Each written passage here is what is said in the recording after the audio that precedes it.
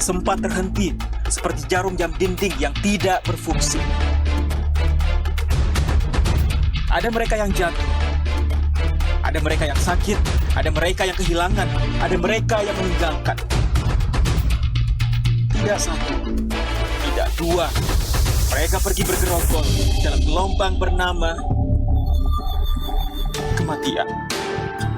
Pandemi akan pergi seperti kabut yang hilang sebelum fajar. Asal kalian tidak membawa ego, bergerombol di sana-sini, berhahaha mengabaikan yang diatur. Sungguh elok jika kalian peduli atas nama kemanusiaan. Pakai masker, harga mati. Gak pakai masker, bisa mati.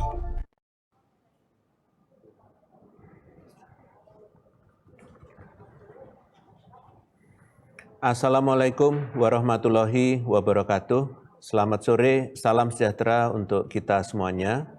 Hari ini saya akan menyampaikan perkembangan penanganan COVID-19 di Indonesia.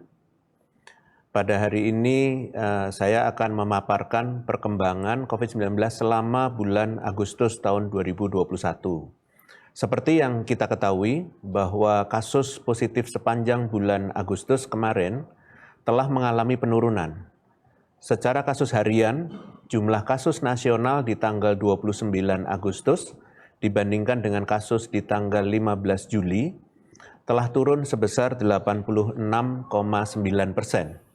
Jika dilihat secara bulanan, total kasus pada bulan Agustus adalah 664.829 kasus atau telah turun sebesar 45% dari bulan sebelumnya yaitu Juli, di mana kasus pada bulan Juli adalah yang tertinggi selama pandemi, yaitu sebesar 1.225.765 kasus. Tentunya kemampuan untuk menekan kasus hampir setengah dari sebelumnya dalam jangka waktu 1 bulan adalah perkembangan yang baik. Namun, kita tidak boleh cepat berpuas diri, mengingat meskipun sudah mengalami penurunan, kasus di bulan ini masih 2 kali lipat dari saat lonjakan pertama atau pada bulan Januari lalu. Idealnya, kita harus menekan kasus menjadi lebih sedikit dari total kasus pada bulan Januari lalu atau di bawah 331.052 kasus. Pada kesempatan ini, saya memberikan apresiasi kepada seluruh lapisan masyarakat yang telah menaati peraturan yang ditetapkan pemerintah dalam bentuk PPKM selama bulan Juli dan Agustus dan berkontribusi langsung dalam menurunkan jumlah kasus. Upaya masyarakat untuk bersabar, menjaga protokol kesehatan, dan tidak melakukan perjalanan yang tidak mendesak menjadi salah satu penyumbang terbesar penurunan kasus ini. Selain itu, pada prinsipnya, pemerintah telah berusaha untuk melakukan sinkronisasi data antara pusat dan daerah. Namun demikian, kita perlu mengantisipasi delay data yang dapat berkontribusi terhadap perbedaan data dan berpotensi lebih tinggi dari seharusnya. Lebih lanjut, kasus aktif di bulan Agustus ini juga turun drastis jika dibandingkan dengan bulan Juli.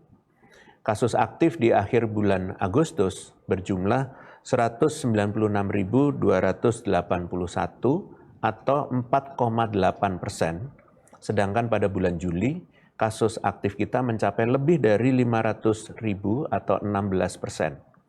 Angka kesembuhan juga mengalami peningkatan di mana pada bulan Agustus, kesembuhan sebesar 942.281, sedangkan pada bulan Juli sebesar 896.501. Selain itu, bulan Agustus juga mencatatkan penurunan yang signifikan pada rata-rata positivity rate bulanan, yaitu 18,38% dari sebelumnya di bulan Juli mencapai 27,4%. Positivity rate dan kasus positif yang turun ini juga berdampak positif pada BOR, di mana BOR di bulan Agustus turun drastis menjadi 40,05%. Padahal di bulan Juli sempat mencapai 72,77%. Namun sayangnya, di luar semua indikator yang telah membaik, ternyata kematian di bulan Agustus kemarin bahkan masih lebih tinggi dibandingkan bulan Juli. Kematian di bulan Juli sebesar 34.394, sedangkan di bulan Agustus meningkat menjadi 37.330. Jika dilihat pada tingkat provinsi, maka 23 dari 34 provinsi telah menunjukkan penurunan kasus dibandingkan bulan Juli lalu. Yang perlu menjadi perhatian adalah masih ada 11 provinsi yang mengalami kenaikan jumlah kasus positif di bulan Agustus jika dibandingkan dengan bulan Juli. 11 provinsi tersebut adalah Aceh, naik 152%, Sulawesi Tengah, naik 111%, Gorontalo, naik 57%, kemudian Kalimantan Selatan, naik 47%, Sumatera Utara, naik 44%, Kalimantan Utara, naik 24%, Bali, naik 15%, Bangka Belitung, naik 10%, dan Sulawesi Selatan, naik 5%, serta Jambi, naik 5%. Kemudian, jika dilihat pada kematian, maka dari 34 provinsi hanya 8 yang menunjukkan penurunan pada bulan Agustus dibandingkan dengan bulan Juli. Artinya, masih ada 16 provinsi yang mengalami kenaikan kematian, di mana 5 provinsi yang mengalami kenaikan tertinggi diduduki oleh Bali, yaitu naik 752, Sumatera Utara naik 610, Lampung naik 585, Kalimantan Selatan naik 501, dan Sulawesi Tengah naik 470. Tentunya kita tidak boleh lengah meski telah melihat perkembangan positif di bulan Agustus. Kenaikan kasus harus tetap diantisipasi mengingat saat ini sudah mulai dilakukan pembukaan aktivitas sosial ekonomi secara bertahap. Ditambah lagi, varian Delta yang masih menjadi varian of concern yang paling banyak ditemukan di Indonesia dibandingkan varian lainnya. Sejak tahun 2020 hingga 1 September 2021, sudah dilakukan sequence pada 5.790 sampel, di mana ditemukan 2.323 diantaranya merupakan varian of concern. Jumlah tersebut terdiri dari varian Alpha, yaitu 64 kasus, Beta 17 kasus, dan Delta 2.242 kasus. Kemudian, mengingat bahwa kasus pada bulan Agustus masih lebih tinggi dibandingkan dengan kasus pada gelombang pertama di bulan Januari, maka tugas kita dalam menurunkan kasus masih belum selesai. Oleh karena itu, kita tidak boleh berpuas diri dan harus tetap waspada agar pelonggaran kegiatan sosial ekonomi saat ini dapat berjalan dengan aman dan baik. Selain itu, kita memerlukan pendekatan khusus yang berfokus pada penurunan angka kematian. Kematian yang tinggi bisa disebabkan oleh beberapa hal, di antaranya rumah sakit yang penuh, alat-alat yang tidak tersedia di rumah sakit rujukan, tidak adanya tempat isolasi terpusat, adanya tempat isolasi terpusat namun tidak dimanfaatkan dengan baik, atau bisa karena penanganan warga yang terkena COVID-19 tidak dilakukan dengan sesegera mungkin karena tidak berjalannya fungsi posko atau satgas di level kelurahan desa. Maka dari itu, pemerintah daerah tidak hanya wajib memahami data daerah, namun juga wajib mengaitkan satu data dengan yang lainnya agar dapat diidentifikasi masalah yang sebenarnya. Beberapa contoh data yang harus dikaitkan satu sama lain adalah sebagai berikut. Hubungkan data kematian dengan hal-hal yang berpotensi menjadi penyebab angka kematian yang masih tinggi, seperti data bor dan ketersediaan alat kesehatan di fasilitas pelayanan kesehatan. Hubungkan data kematian dengan ketersediaan dan pemanfaatan tempat isolasi terpusat, bahkan hingga jumlah satgas posko dan pelaksanaan fungsi posko hingga tingkat RT/RW. Pemerintah daerah harus mulai meninjau karakteristik kematian di daerahnya masing-masing, baik berdasarkan usia maupun berdasarkan tingkat gejalanya. Pada prinsipnya, seluruh kepala daerah wajib mencari tahu penyebab kematian utama di daerahnya dan menghubungkan dengan keadaan dan kapasitas daerahnya masing-masing agar dapat segera menemukan akar permasalahan di daerahnya dan melakukan perbaikan yang diperlukan. Selanjutnya, saya akan mencoba menjelaskan terkait kemampuan vaksin COVID-19 di dalam dinamika varian virus COVID-19 yang berkembang sampai saat ini. Perlu diketahui bahwa seluruh vaksin untuk penyakit, termasuk vaksin COVID-19 yang mendapatkan izin untuk disuntikan kepada masyarakat, telah melewati proses yang tidak sederhana. Hal ini semata-mata untuk memastikan kualitas dan keamanan vaksin yang terjamin. Proses pemantauan mutu vaksin dalam membentuk kekebalan terhadap virus COVID-19 bersifat berkelanjutan, karena tidak berhenti pada pengujian di laboratorium atau uji netralisasi saja, namun diteruskan kepada pemantauan kemampuan di dalam tubuh dengan skala komunitas atau masyarakat.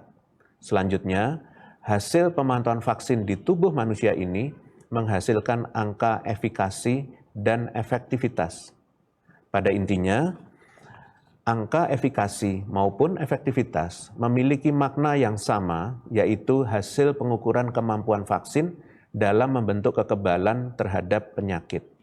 Perbedaannya, angka efikasi didapatkan dari hasil uji klinis yang menggunakan populasi uji coba yang lebih rendah jumlahnya dan variasinya. Umumnya dipilih non-acak. Nilai efikasi menjadi standar yang harus dimiliki sebelum badan otoritas yang berwenang mengeluarkan EUA atau EUL. Sedangkan angka efektivitas didapatkan dari hasil penggunaan di masyarakat, sehingga populasinya bersifat acak dan beragam secara demografis seperti usia, jenis kelamin, kondisi kesehatan, dan lain sebagainya. Pengamatan hasil vaksinasi real di lapangan dapat menunjukkan efektivitas vaksin dalam mencegah keparahan gejala, kematian, dan risiko perawatan di rumah sakit.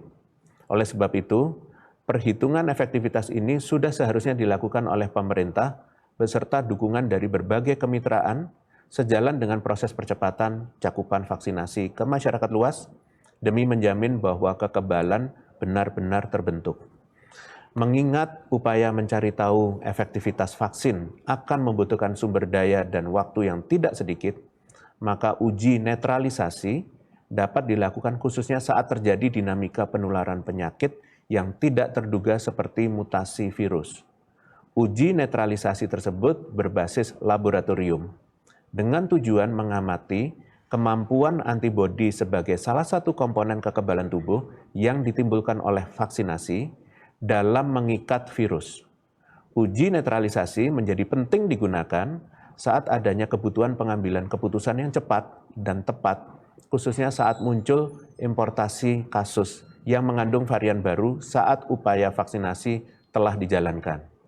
Seperti yang kita ketahui, dinamika varian virus COVID-19 telah menjadi tantangan bagi kita selama hampir 2 tahun terakhir.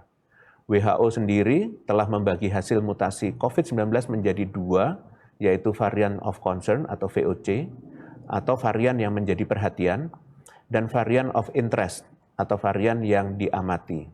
Sejauh ini kita perlu lebih waspada terhadap varian VOC karena telah terbukti menunjukkan perubahan karakteristik yang tergolong lebih menular atau infeksius daripada varian virus COVID-19 original atau aslinya yang pertama ditemukan di Wuhan, Cina tahun 2019 lalu.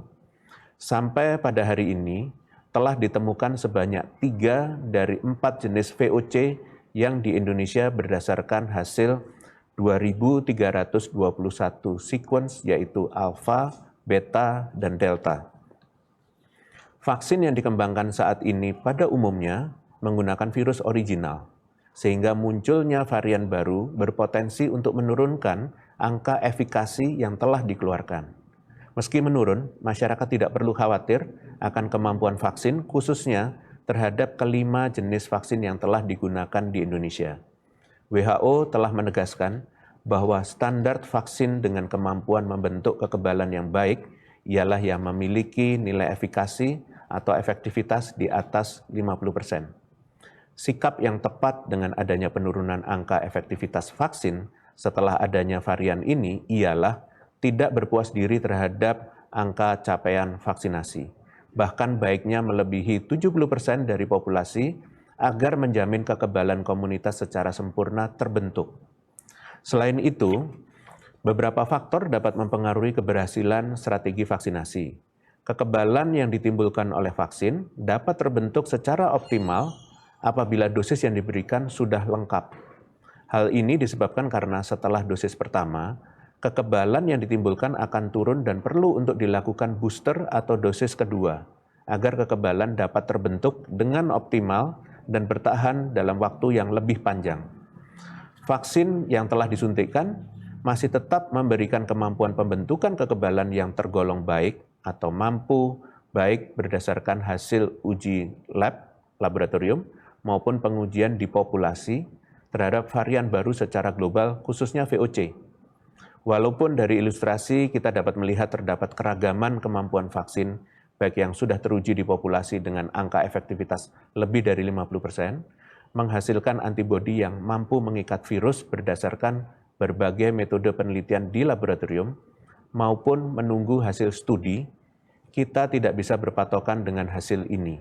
Seiring dengan pertambahan data, maka bukan tidak mungkin nantinya kita akan mampu meneliti kemampuan setiap jenis vaksin terhadap semua varian yang ada, termasuk varian of interest. Data telah jelas menunjukkan tidak ada vaksin yang dapat menghasilkan kekebalan sempurna terhadap COVID-19. Oleh karena itu, kita tidak bisa mengandalkan vaksin sebagai solusi tunggal di tengah dinamika COVID-19. Sampai hari ini, kenaikan kasus masih terlihat bahkan di negara-negara yang telah melakukan vaksinasi dengan cakupan di atas 60% seperti Israel dan Islandia. Maka dari itu, hal utama yang harus kita sadari adalah meskipun vaksin dapat meredam dampak akibat kenaikan kasus, upaya penanganan pandemi dengan vaksinasi harus dibarengi dengan proteksi yang paling ideal, yaitu menjalankan disiplin protokol kesehatan secara sempurna. Telah divaksinasi dosis penuh dan menjalani upaya 3T secara antisipatif. Sebagai penutup, saya ingin menyampaikan informasi terkini terkait COVID-19.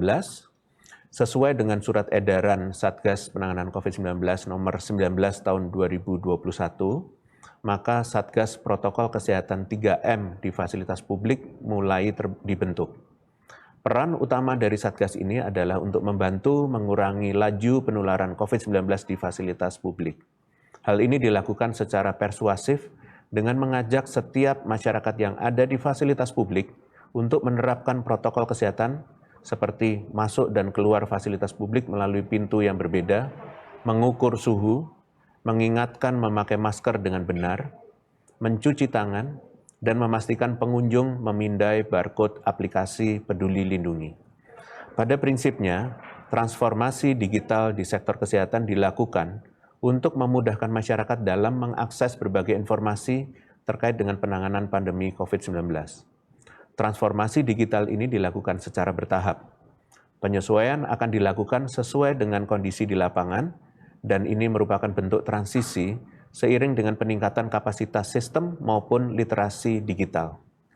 Dalam melakukan transformasi digital ini, pemerintah selalu mengutamakan keamanan data masyarakat.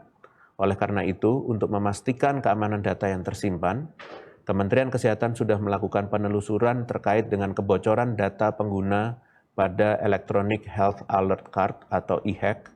Selain itu, Kementerian Kesehatan juga telah berkoordinasi dan menindaklanjuti permasalahan ini kepada pihak yang berwajib dan Kementerian Komunikasi dan Informatika. Demikian konferensi pers pada hari ini. Saya lanjutkan dengan sesi tanya-jawab media. Terima kasih. Terdapat beberapa pertanyaan dari media, Prof. Pertama dari Fitri, liputan6.com. Badan Pusat Statistik mencatat mobilitas penduduk periode Agustus 2021 membaik dibandingkan Juli 2021 saat PPKM. Sementara itu, mobilitas di rumah menurun pada Agustus 2021 sebesar 10%.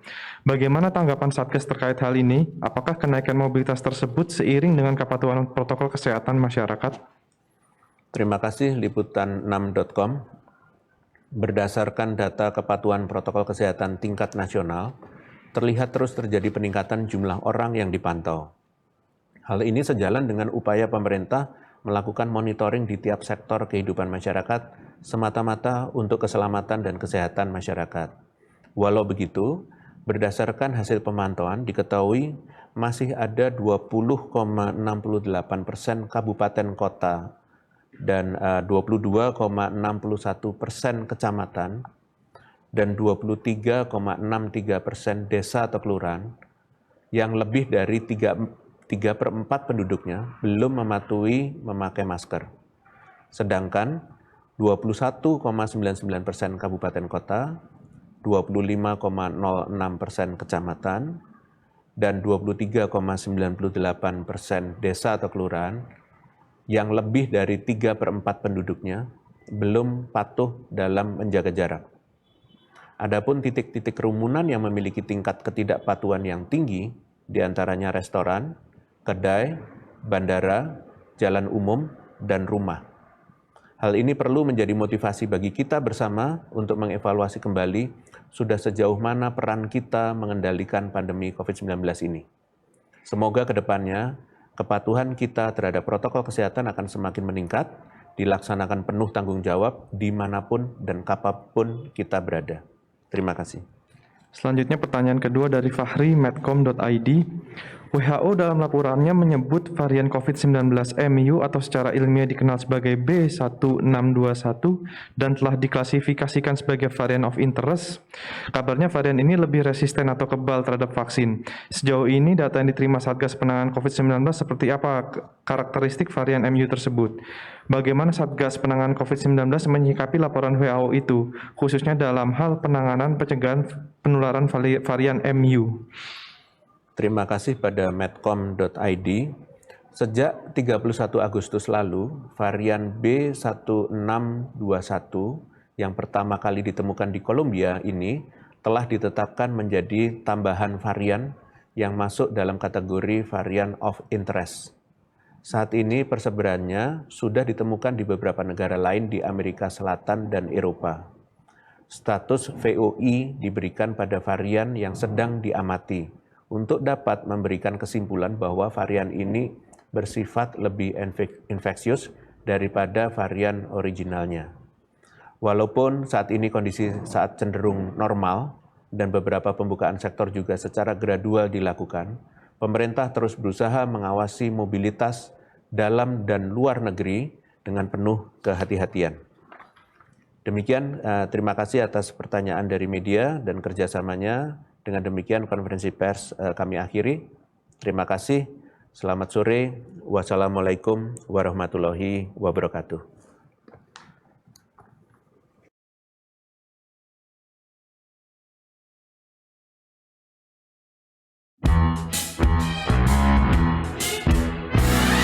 Hari dengan 3 wajib iman, wajib aman,